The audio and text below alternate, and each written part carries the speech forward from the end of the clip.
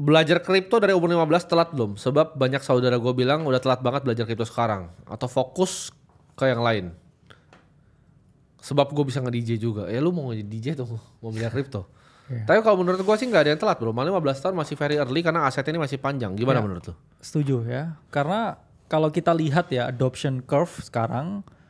Kita masih dalam, ya kita ngomongnya hampir ya di setelah early adopter ya. Jadi Bitcoin itu dan juga aset kripto saya ngomongnya di early majority lah ya, belum di late majority. Karena hanya berapa persen penduduk dunia ini yang tahu dan juga berinvestasi kripto itu masih di bawah 10%.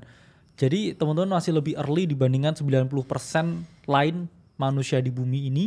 Dan kita percaya ya 5-10 tahun ke depan ini era kripto dan juga era Bitcoin ini akan memperoleh adopsi yang lebih besar lagi, lebih massal lagi. Dan 15 tahun bagus ya, karena saya dulu juga di usia segitu baru paham tentang investasi dan juga pasar keuangan. Banyak kok yang 25, 35 atau bahkan 45 itu baru belajar investasi. Jadi 15 menurut saya bagus banget. Ya, ini ada pertanyaan nih bro. Gimana cara nyelesain masalah hidup yang dimana angsuran utang keluarga itu udah lebih penghasilan? Nah, lebih gede utangnya berarti. Lebih gede utang dibanding penghasilan. Nah, dibilang dia lagi coba restrukturisasi utangnya tapi ada beberapa yang gagal bayar. Gimana plan exit? Nah ini jawaban pertanyaan gue. Pertama ya, konsep finansial adalah kalau misalnya lu ada ibarat investasi ya. Jadi gimana caranya bisa restrukturisasi utang? Yang pertama itu adalah lu harus fokus bro untuk pay off utangnya dulu. Kenapa? Karena kayak investasi untuk bisa dapetin misalnya contoh 30% setahun itu impossible. Sulit. Ya, sulit sekali. Sulit sekali. Jadi kalau kalau namanya hutang itu bisa ada yang sampai 30% setahun. Ya. Jadi benar-benar sulit sekali ya. Kita kalau disuruh investasi ditodong buat fix dapat 30% setahun aja belum tentu bisa. Tapi kalau hutang itu banyak dengan size kita. Tapi kalau hutang itu banyak bro, yang lebih dari 30% setahun. Ada yang 20%, ada yang 25%, macam-macam. Kita nggak tahu dia hutang di mana, hutang sama siapa, hutang sama institusi apa, kita nggak paham. Tapi jawabannya sulit. Bahkan untuk konsisten 20% tahun ke tahun sulit. Dan hutang tuh banyak yang 20% tahun ke tahun. Bahkan kalau salah hutang ada yang per bulan ya bro ya. Ya ada yang per hari juga. Ada yang per hari juga. Ya berapa bisa 3% per hari atau yang 4% sehari. Teman-teman semua harus cari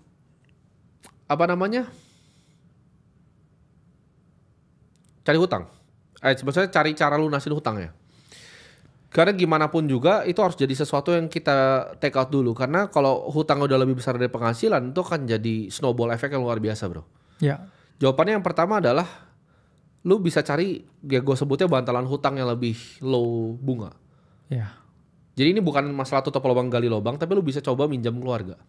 Menurut gue itu yang paling realistis. Paling realistis lu bisa lakukan sekarang adalah kalau gue jadi di posisi lu gue cari hutang yang lebih gak menyiksa. Gue nggak tahu rate hutang lu dan kondisinya seperti apa, tapi gue akan cari keluarga yang kira-kira bisa ngebantalin utangnya dulu, lalu gue ngutang ke sana dulu, gitu.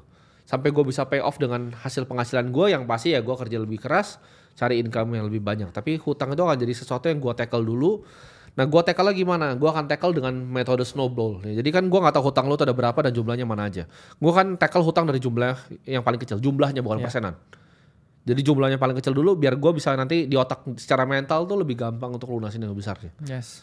Jadi itu teknik snowball. Jadi lu kelarin hutangnya kecil, hutangnya sedang, baru hutang yang besar. Jumlah angka rupiahnya gitu. Kalau dari lu gimana bro? Ya pertama jangan berhutang pasti.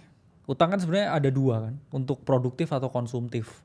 Ada juga orang yang menurut saya yang paling buruk tuh utang yang konsumtif. Ya. Ada orang yang misalkan utang produktif ya, dia mau ekspansi tempat kerjanya atau tempat usahanya dengan utang, itu produktif, tapi juga tetap ada risiko. Kalau misalkan usaha kita nggak jalan, ya akhirnya mau nggak mau ya kita harus menutup utangnya. Tapi kalau utang konsumtif itu yang menurut saya paling harus dihindari. Utang untuk beli handphone, utang untuk beli motor, yang mana bukan untuk motor seharian ya, motor misalkan motor yang lebih mahal, ya itu harus dihindari. Tapi kedua, ya selain tadi bisa dari mana yang lebih mungkin ya, dari jumlah kecil dieliminasi, kita juga bisa loh eliminasi dulu dari mana yang paling urgent atau yang memiliki tenor yang paling dekat dengan bunga yang paling tinggi.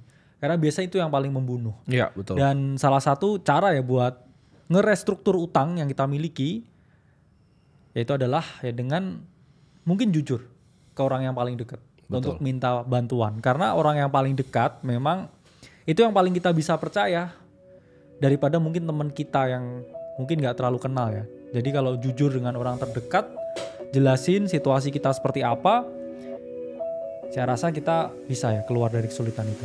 Betul.